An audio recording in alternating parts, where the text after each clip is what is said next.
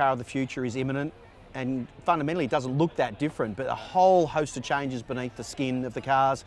Transaxle gearbox is something very, very new, many other changes. Do you think we're going to be pushing the envelope of reliability early in the year? Quite possibly, Chris, yeah. Clipsal, I think, I mean, it's a car breaker there anyway to kick off. Look, the team started at the end of 2012 doing some car of the future testing. In fact, they even started probably mid-year for say, 888 and to a lesser extent HRT. So they're going to get their test mileage, they're going to get the pre-season day at Eastern Creek, but what they're not going to get is curbs, street circuits, braking, banging wheels. How strong is the independent rear end really going to be? The gearbox, you know, there has been quite a few initial test days on the gearbox to try and get that right, mainly the cooling. So I think we're going to see potential cooling issues at Clipsal, and I think reliability just from rear suspension, you know, how strong does it need to be?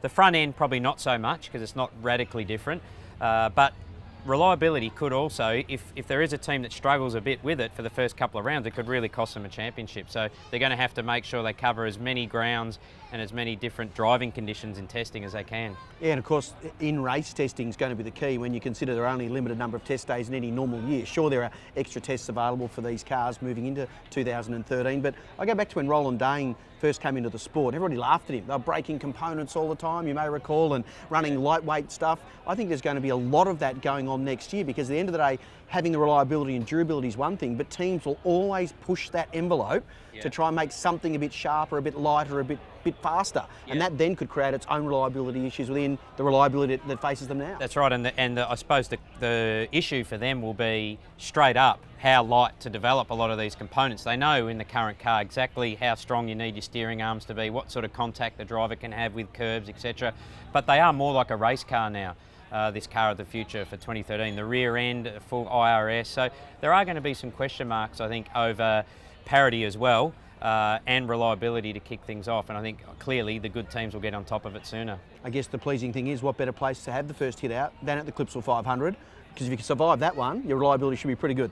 You would think so, wouldn't you? I mean, going to Albert Park. Albert Park's a street circuit, but it's clearly not as aggressive on the cars.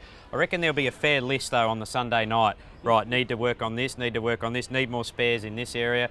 You know, the teams are going to be really working hard to get that spares inventory up and running as well prior to Clipsal. Well, it's all to play for, and then we get Mount Panorama in October, so we will see. But reliability, question mark, early. I think so, yeah.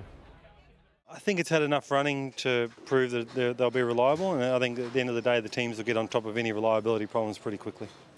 I don't know, it's a 50-50, you know, the car of the future, the prototype that I drove was really good, you know, it ran really well, but, you know, there's a few different things with the chassis now that's going to make it harder to rebuild, so if, you know, hit the wall might change a few things, you might not be able to get to race the next day, so it's going to be tough. Yeah, the cars now that we've been racing are bulletproof. You can do 500 Ks or 1,000 Ks at Bathurst as hard as you want, bouncing over anything, and they stand up to it. So the big question mark is how many of the cars are going to survive at Clipsal, and then how many are going to be able to be rebuilt and run again on the Sunday. So it's it's no one really knows how that's going to go. So it's definitely going to be interesting, and I think there's going to be a lot of guys nursing cars on Saturday, hoping to make them to make it till Sunday. It will play a role, particularly for the new manufacturers coming along. Engines, cooling packages, a whole sort of thing. But I think we've got an engineering level within the championship now, which is much greater than it was even 5 or 6 years ago. So, yes, it will play a role, significant role.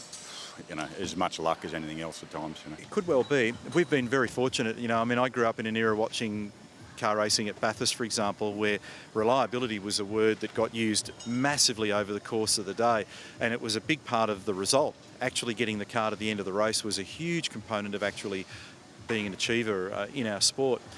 Through this period since September 1992 of the V8 Supercars as we know them now, we've continued to refine to the point where the cars are essentially bulletproof. Occasionally there's a bit of finger trouble. Occasionally something isn't lifed correctly, or maybe it's copped a hit and ultimately it's fractured something and we see a failure. But you can put the cars on the track at Bathurst or Sydney, Olympic Park, anywhere you want to go, and pound the living daylights out of them and they still stand up at the end. In fact, if you've got decent tyres on them, they'll still do a lap time at the very end. So whenever you change a set of rules, you leave yourself open to some issues. What they might be, I don't know, but there's a huge architectural change at the back of the car, independent rear suspension, transaxle, meaning gearbox and differ at the back. You know, all the gear linkage going rearward now instead of down into the transmission tunnel. Tail shaft at engine speed. There's a few things to get through. There's been a lot of proving work done so far, and I'm sure that most of the big boxes are ticked. Hopefully, you know, the cars will be reliable, but some of the best brains in the world of motor racing are in this paddock. So even if there are a few glitches, they'll get overcome pretty quickly.